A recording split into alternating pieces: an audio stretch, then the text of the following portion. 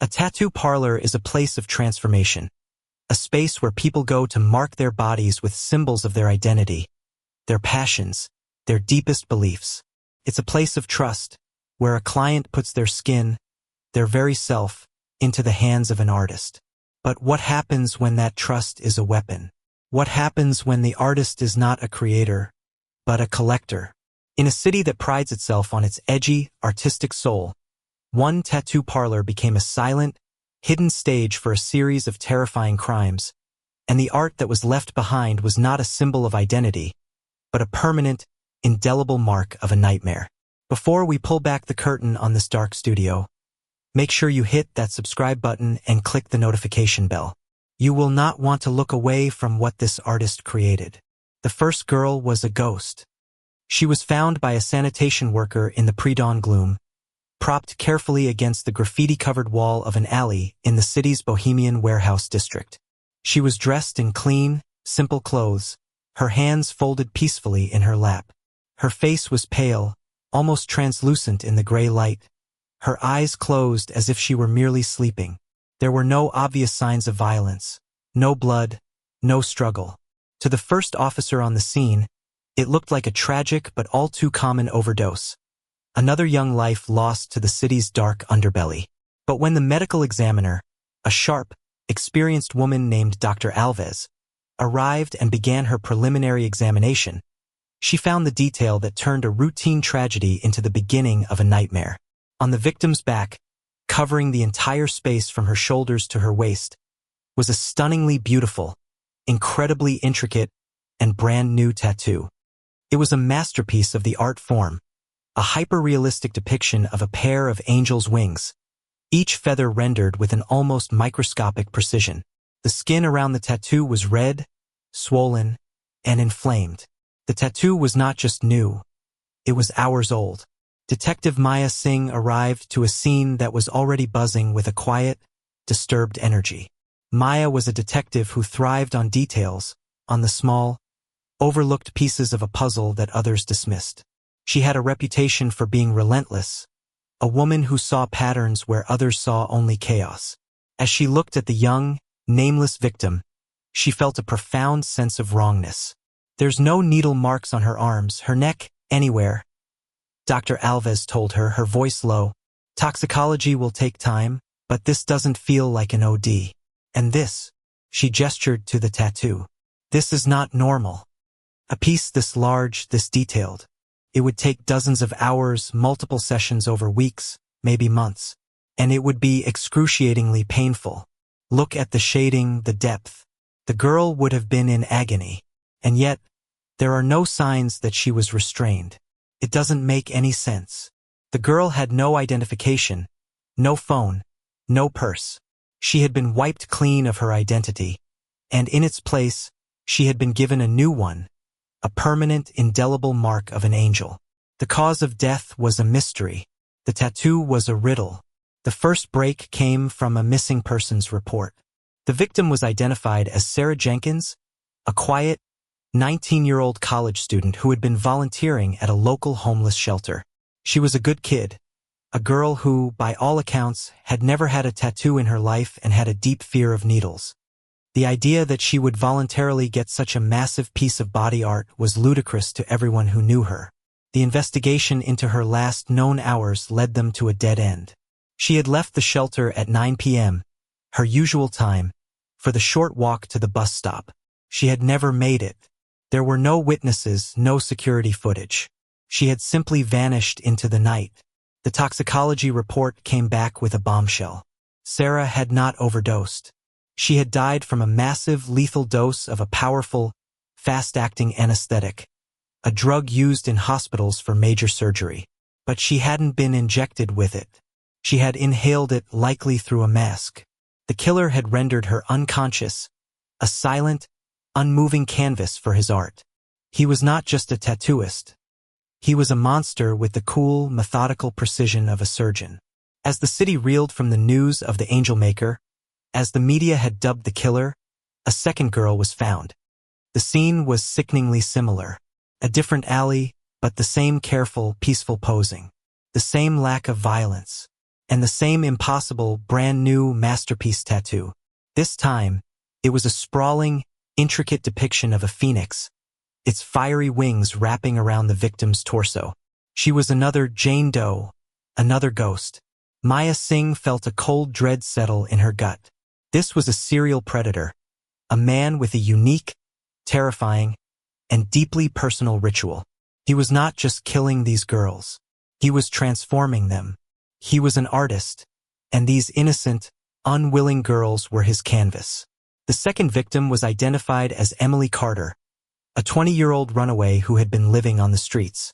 Like Sarah, she was a girl on the margins, a person whose absence might not be immediately noticed. This was a killer who hunted the invisible. The task force, now assembled under Maya's command, began the painstaking work of trying to find the artist. They began canvassing every tattoo parlor in the city, a sprawling, subcultural world of hundreds of shops, from high-end, exclusive studios to dingy, back-alley operations. They showed the high-resolution photos of the tattoos to every artist they could find. The reaction was always the same, a mixture of awe and revulsion. The work was brilliant, the technique flawless. But no one recognized the style. It was unique, a signature as distinctive as a painter's brushstroke. The break they needed came from an unlikely source. An older, retired tattoo artist, a legend in the community, looked at the photos of the angel wings and saw something no one else had. "This feather work," he said, his voice a gravelly whisper. "I've only ever seen one person who could do this kind of detail. A kid I knew years ago. Prodigy. But he was strange, dark. His name was Julian. He called his style memento mori, the art of beautiful death. He vanished from the scene years ago. I heard he opened a private, appointment-only studio somewhere in the warehouse district." The chapter ends with Maya and her team standing in front of a nondescript, black-painted door in a desolate alley in the warehouse district. There is no sign on the door, only a small, elegant, silver plaque. On the plaque is a single, engraved symbol, a stylized, gracefully curved swan's feather. They had found the artist's studio, and Maya had a terrible, chilling feeling that they were about to step into the heart of the nightmare. Of course. Here is a more detailed, expanded, and dramatic version of Chapter 2, focusing on the chilling discoveries within the studio, the escalating sense of dread, and the deepening of the killer's psychological profile. The warrant was a formality, a piece of paper fast-tracked through the system by a judge whose face had gone pale while reading the preliminary report. The entry into the tattoo parlor was a tense, coordinated operation, a silent infiltration into the heart of the beast. The tactical team, clad in black, moved with the quiet efficiency of ghosts, expecting a confrontation, a violent last stand. But when they breached the nondescript, black-painted door, they were met not with violence, but with a profound and unnerving silence. What they found inside was not the dark, dingy, heavy metal blaring cliché of a tattoo shop. The space was a pristine, minimalist art gallery, a shocking, almost offensive juxtaposition to the grim, garbage-strewn alley outside. The walls were a stark, gallery white. The floors were polished, gray concrete that reflected the soft, atmospheric gallery lighting. It was a place of quiet, sterile, and almost monastic beauty. But the art on the walls was a gallery of horrors. Framed in simple, elegant black frames and perfectly lit were not paintings or photographs, but massive, high-resolution prints of his work. They were tattoos of breathtaking, undeniable beauty and technical perfection, but all with a dark, unsettling, and deeply morbid theme. There were skulls entwined with blooming, hyper-realistic roses, their petals seeming to wilt and decay as they wrapped around the bone. There were beautiful, classical female faces, their skin seeming to crack and peel away to reveal the grinning skull beneath. And there was a recurring, obsessive motif of birds of prey, hawks, owls, and eagles, their talons sharp, their eyes cold and predatory. And in the center of the main wall, in a place of singular honor, were two massive prints that made the blood of every officer in the room run cold. One was of the angel wings, identical to the ones found on Sarah Jenkins. The other was of the fiery, defiant phoenix, the same one that had been permanently etched onto the body of Emily Carter. He had been documenting his work, his masterpieces, displaying them with a chilling, arrogant pride. In a back room, separated by a heavy, soundproof door, they found the studio itself. The room was a cross between a high-end tattoo station and a surgical theater. The air was cold, sterile, and smelled faintly of antiseptic. The traditional tattoo chair had been replaced with a custom-built, medical-grade operating table, complete with restraints.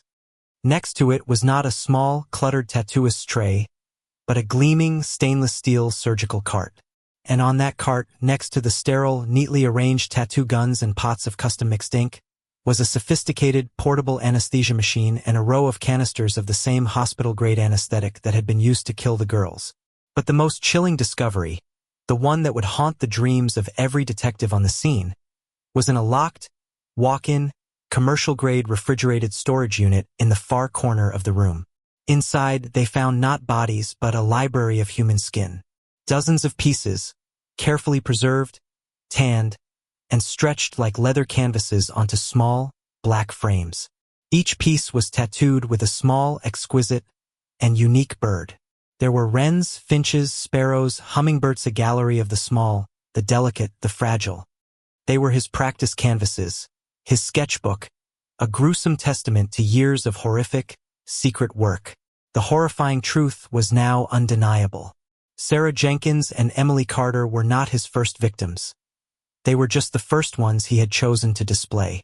The others, the practice pieces, were a silent, gruesome collection of the city's forgotten and nameless dead runaways, prostitutes, the homeless people whose disappearances had gone unnoticed, uninvestigated.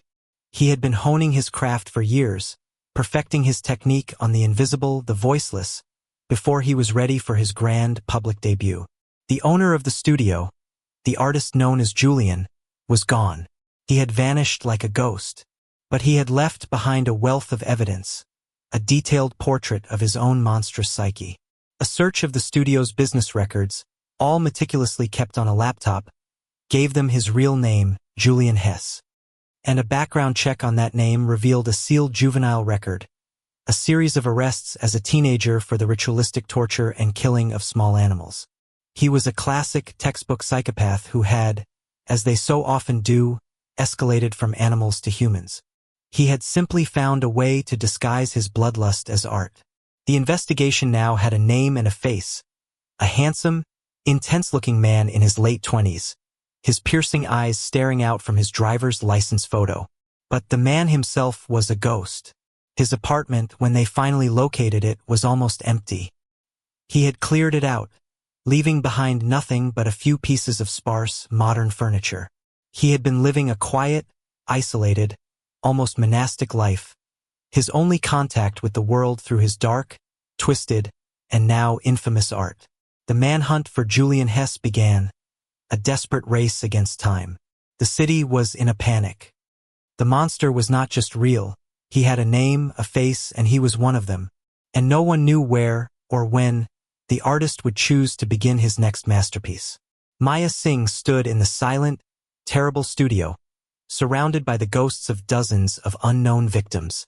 The case had just become infinitely larger, infinitely darker, and infinitely more urgent. While the citywide manhunt for Julian was underway, the task force, led by Maya, began a deep dive into his life, trying to understand the why behind his monstrous actions. They found his apartment, a sparse, clean space that contained a library of books on anatomy, art history, and mortuary science. And in a hidden compartment in his desk, they found his journals. The journals were not the rantings of a madman. They were the cold, dispassionate, and chillingly articulate manifesto of a self-proclaimed artist and philosopher. He wrote of his obsession with the idea of permanent beauty. He believed that life was a process of inevitable decay, that people were imperfect, flawed vessels. But he believed that in death, and through his art, he could grant them a kind of perfect, permanent beauty that they could never achieve in life. He wrote of his victims with a chilling, detached affection. He did not hate them. He saw them as his chosen canvases, his found objects. He would stalk them for weeks, studying them, choosing the art that he felt best represented their hidden soul. The tattoos were not random. They were his interpretation of their essence, an identity he was giving them.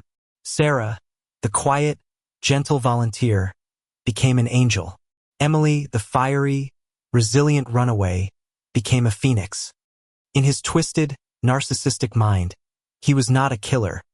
He was a savior, a godlike figure who granted his chosen subjects a beautiful, meaningful immortality through his art. The journals also revealed a devastating secret. Julian was not just an artist. He was the son of a renowned, brilliant plastic surgeon who had been disgraced years ago after a series of unethical experiments. His father had been obsessed with creating perfect beauty through surgery. Julian had inherited his father's obsession, his surgical precision, and his God complex, but had twisted it into his own, even more monstrous form of art. This was not just a personal psychosis. It was a dark, generational legacy. Of course, here is a more detailed, expanded, and dramatic version of Chapter 4, focusing on the psychological cat-and-mouse game, the rising stakes, and the desperate race against time. Of course, here is a more detailed, expanded, and dramatic version of Chapter 4, focusing on the psychological cat-and-mouse game, the rising stakes, and the desperate race against time. The manhunt for Julian Hess was a descent into a frustrating, citywide ghost story. He was a phantom. He had no credit cards, no registered vehicle, no known associates. He had lived a life of deliberate monastic isolation, a life designed to leave no footprints. The city, which had been buzzing with fear, now simmered in a stew of dread and impatience. The task force was chasing a shadow, and every day that passed felt like a victory for the monster they hunted. Maya Singh felt the weight of it all pressing down on her. The faces of Sarah Jenkins and Emily Carter were the first things she saw when she closed her eyes, their innocent, living smiles a stark, painful contrast to the cold, artistic stillness in which they had been found. She knew that a narcissist like Julian, a performer who had so proudly displayed his masterpieces in his gallery-like studio, could not stay silent for long. The citywide manhunt, the media's sensationalist cover guy, was the biggest art opening of his life. He wouldn't be able to resist taking a bow. She devised a risky, controversial, and psychologically manipulative plan. She had to wound his ego, the one part of him that was not protected by a wall of logic and careful planning. She had to challenge his identity as an artist. In a carefully staged and widely broadcast press conference, she stood at a podium, her face a mask of cool, professional confidence. She announced that the task force had a new, developing theory. The individual known as the Angel Maker, she said, her voice calm and measured, may not be the brilliant original artist he has been portrayed as. We are now investigating the possibility that he is an insecure and clumsy copycat, a fraud who is trying to imitate the work of a real, as yet unknown master. The technical flaws in the work, upon closer examination, are becoming apparent. She deliberately belittled his art, calling it derivative, uninspired, and lacking in true philosophical depth. It was a calculated, high-stakes gamble. She was throwing a rock at a god, hoping to see if he would bleed. The bait worked, with a speed and a ferocity that both thrilled and terrified her. 3 days later, a package, wrapped in simple, elegant black paper, arrived at the city's most prominent news station. The bomb squad was called the Building Evacuated. But inside, there was no explosive. There was only a single black flash drive. The drive contained a single, chillingly professional video file. It opened on a close-up of Julian's face. He was in a clean, well-lit, but unidentifiable room. He was calm, his voice a smooth, articulate purr, the voice of a professor giving a lecture. And he was smiling. "Detective Singh," he began, his eyes looking directly into the camera as if he were speaking only to her. "Maya, I must admit I am impressed." It was a clumsy, almost brutish, attempt at psychological manipulation. But the core idea was a clever one. You understand that I am not a common thug. You understand that this is a dialogue. And for that, you have earned my respect." He was not angry. He was amused. He praised her for her cleverness, for understanding that he was a performer who needed a stage. "You have challenged my work," he continued, his smile widening. "You have questioned my vision. It is only fitting that I provide you with a definitive, irrefutable answer." And then he made his horrifying announcement. "I am preparing for my final masterpiece," he said, his voice dropping into a tone of theatrical reverence. "My magnum opus, a piece that will silence all criticism and perfectly encapsulate my philosophy. A work of art that will be my legacy. And I have already chosen my final canvas." The video then cut to a shot of his hands, sketching with a surgeon's precision on a piece of paper. The camera zoomed in on the finished drawing. It was a stunning, intricate, and deeply menacing depiction of a black swan, its wings unfurled, its feathers rendered with a familiar, terrifying detail. But this swan was different. It was not graceful or peaceful. It was aggressive, its neck arched, its beak open in a silent scream. It was a symbol of a rare, dark, and dangerous beauty. The task force was now in a desperate, frantic race against time. The video was a public declaration of intent. He was going to kill again, and he was going to do it soon. They had to figure out who the Black Swan was before Julian could complete his final, horrific work. They analyzed the video for every possible clue. The room he was in was anonymous, but the lighting suggested it was a basement with no natural light. The only clue was a sound, a faint, almost subliminal sound in the background of the video's audio track. A sharp-eared audio technician isolated it. It was the faint, rhythmic, metallic clang of a buoy bell, the kind used to mark shipping channels in a harbor. He was somewhere near the water. The final piece of the puzzle came from Maya herself. She went back to Julian's journals, reading them again, not for his philosophy, but for his resentments, his obsessions, the small slights that a narcissist like him would never forget. And she found it. A series of obsessive, almost stalker-like entries about a particular powerful art critic, a woman named Eleonora Vance. Years ago, Eleonora had written a scathing, career-destroying review of his father's surgical work, calling it the butchery of a man with a god complex. She had, in Julian's mind, destroyed his family, his legacy. The journals showed that Julian had followed her career for years, cutting out and saving every one of her articles. He was obsessed with her. She was a woman known for her sharp, intelligent, and often brutal critiques of the art world. Her professional nickname, a name given to her by the artists she had eviscerated in her reviews, was the Black Swan. A frantic search of public records confirmed their worst fears. Eleonora Vance, a fiercely private woman, lived in a secluded, modern house built on a cliff overlooking the city's industrial harbor, a place where the sound of the buoy bells would be a constant, rhythmic companion. They had found the final canvas, and the artist was already there, of course. Here is a more detailed, expanded, and dramatic version of Chapter 5, focusing on the final confrontation, the psychological battle, and the ultimate resolution of the story. The drive to Eleonora Vance's house was a frantic, silent race against an invisible clock. There were no sirens. A whaling convoy would have been a declaration of war, a signal that could have triggered an irreversible act. Instead, they moved as a silent, black-clad convoy, a procession of ghosts through the city's glittering nightscape. Maya Singh sat in the passenger seat of the lead car, her jaw tight, the city lights blurring past in a chaotic, anxious streak.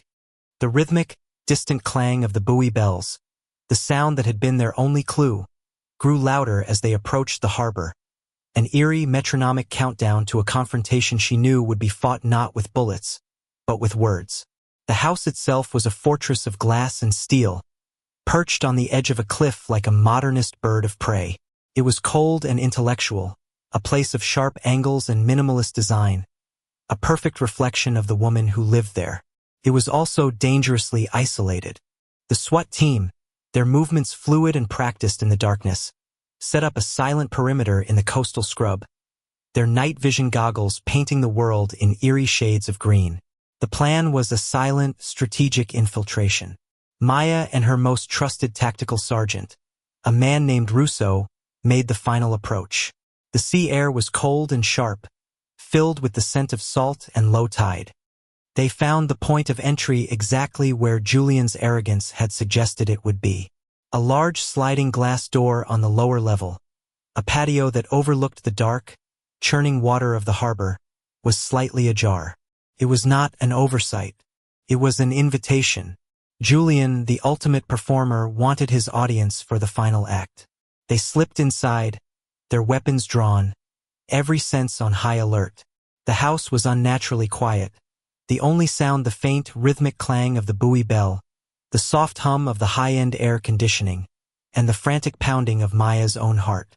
The air inside was cool and carried a faint, sterile scent of antiseptic that did not belong in a home. They found him in the main living space, a cavernous room with a soaring, two-story ceiling and a wall of glass that offered a panoramic, godlike view of the harbor and the distant, sleeping city. The room's own priceless art and elegant furniture had been pushed aside, creating a wide, open space in the center. Julian had created his stage. He had transformed the elegant, minimalist living room into a sacrilegious parody of a surgical theater. In the center of the room, he had set up his portable, medical-grade table. On it lay Eleanora Vance, the formidable art critic, the Black Swan, now a silent, unconscious, and utterly helpless canvas. She was sedated, a small, clear mask over her face, connected by a thin tube to the portable anesthesia machine that hummed quietly beside the table. Her skin, pale and luminous under the room's track lighting, was prepped and clean. Julian was standing over her, his back to them. He was dressed in black surgical scrubs. He was not a frantic, crazed killer. He was a surgeon, a master of his craft, preparing for the most important operation of his life. On a sterile stainless steel cart beside him, his instruments were laid out with a terrifying ritualistic precision.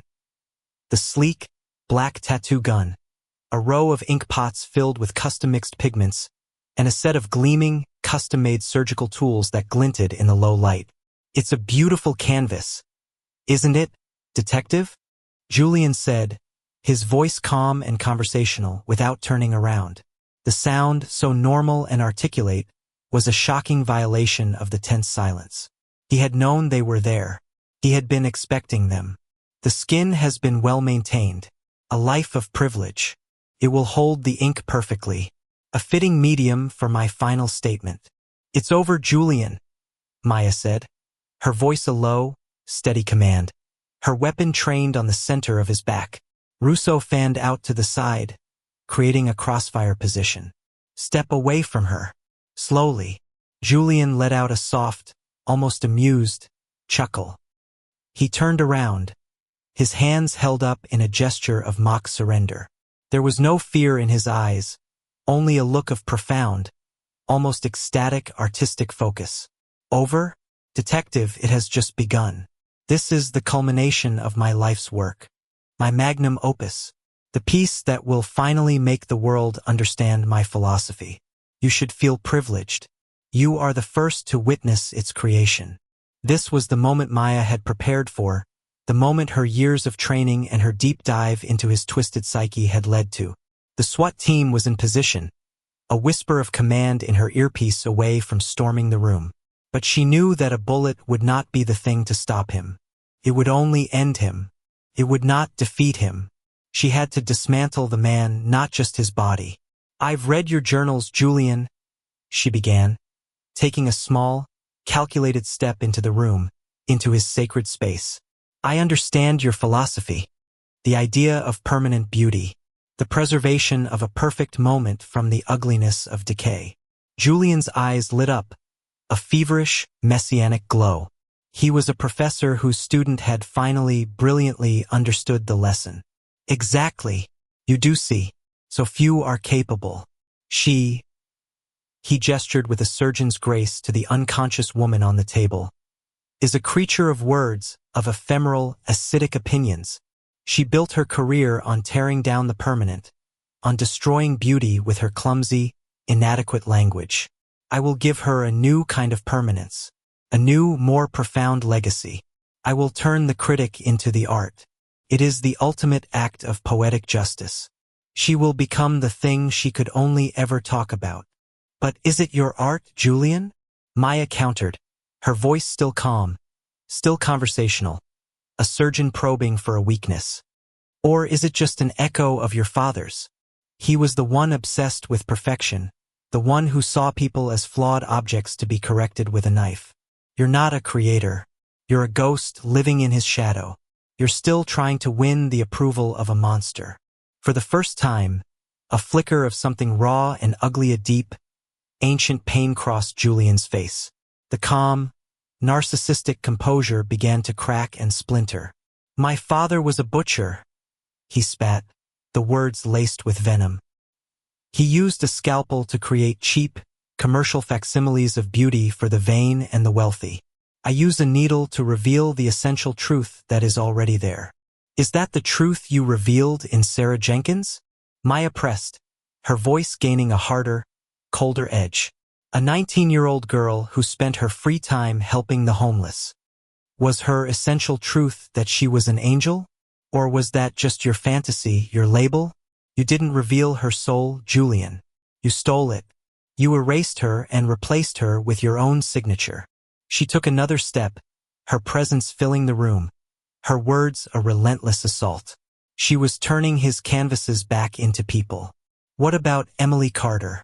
A runaway who fought every day just to survive in a world that had forgotten her.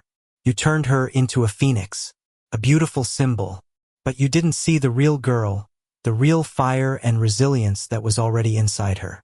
You just extinguished it. You're not an artist, Julian. You're a thief. You steal lives and leave behind pretty pictures to cover up the crime. She spoke of the nameless, the forgotten, the dozens of practice pieces in his refrigerated crypt. They weren't your sketchbook, she said, her voice now filled with a cold, righteous anger that seemed to suck the air out of the room. They were people, people with stories, with families, with hopes. And you used them like scrap paper, like a butcher uses scraps of meat. There's no philosophy in that. There's only a profound and pathetic cruelty. The words hit him like physical blows. His carefully constructed worldview, his entire artistic and philosophical justification for his monstrous acts, was beginning to crumble. He was not a god, a creator, a savior. He was just a sad, broken man, a pathetic echo of his monstrous father, a man who had spent his life hiding from the world in a dark room, inflicting his own pain on the helpless and the innocent. The war raging behind his eyes was visible now, a storm of confusion, rage, and a dawning, terrifying self-awareness. He looked from Maya's unblinking, accusatory gaze to the unconscious woman on the table, then at his own hands, his instruments of creation. The illusion shattered. In that moment of terrible clarity, he saw himself for what he truly was. As the SWAT team, taking their cue from a subtle, prearranged signal from Maya, began to move in, their dark forms filling the doorways, Julian made a final, desperate move. But it was not an act of violence against them. It was an act of ultimate, artistic self-destruction. He picked up the humming tattoo gun, the instrument of his power, his identity. But instead of turning it on his victim, he turned it on himself.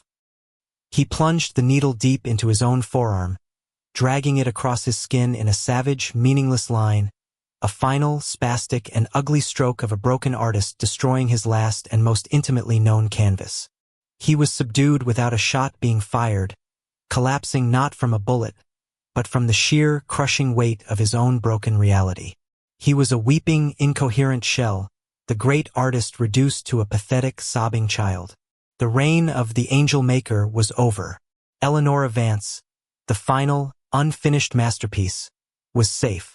The final scene of the story shows Maya, months later, at a chaotic, vibrant community art fair in a local park. The air is filled with the sounds of laughter, music, and life. She is looking at a messy, joyful, and profoundly imperfect finger painting made by a child. It is a wild, exuberant swirl of bright, clashing colors, a testament to the chaotic, beautiful, and fleeting nature of life. and she sees in it a beauty that is more real, more profound, and more permanent than any of Julian Hesse's perfect, sterile, and lifeless masterpieces. The city is safe, the monster is caged, but Maya, and the city, will forever be marked by the memory of the tattooist who had turned his parlor, and their world, into a nightmare.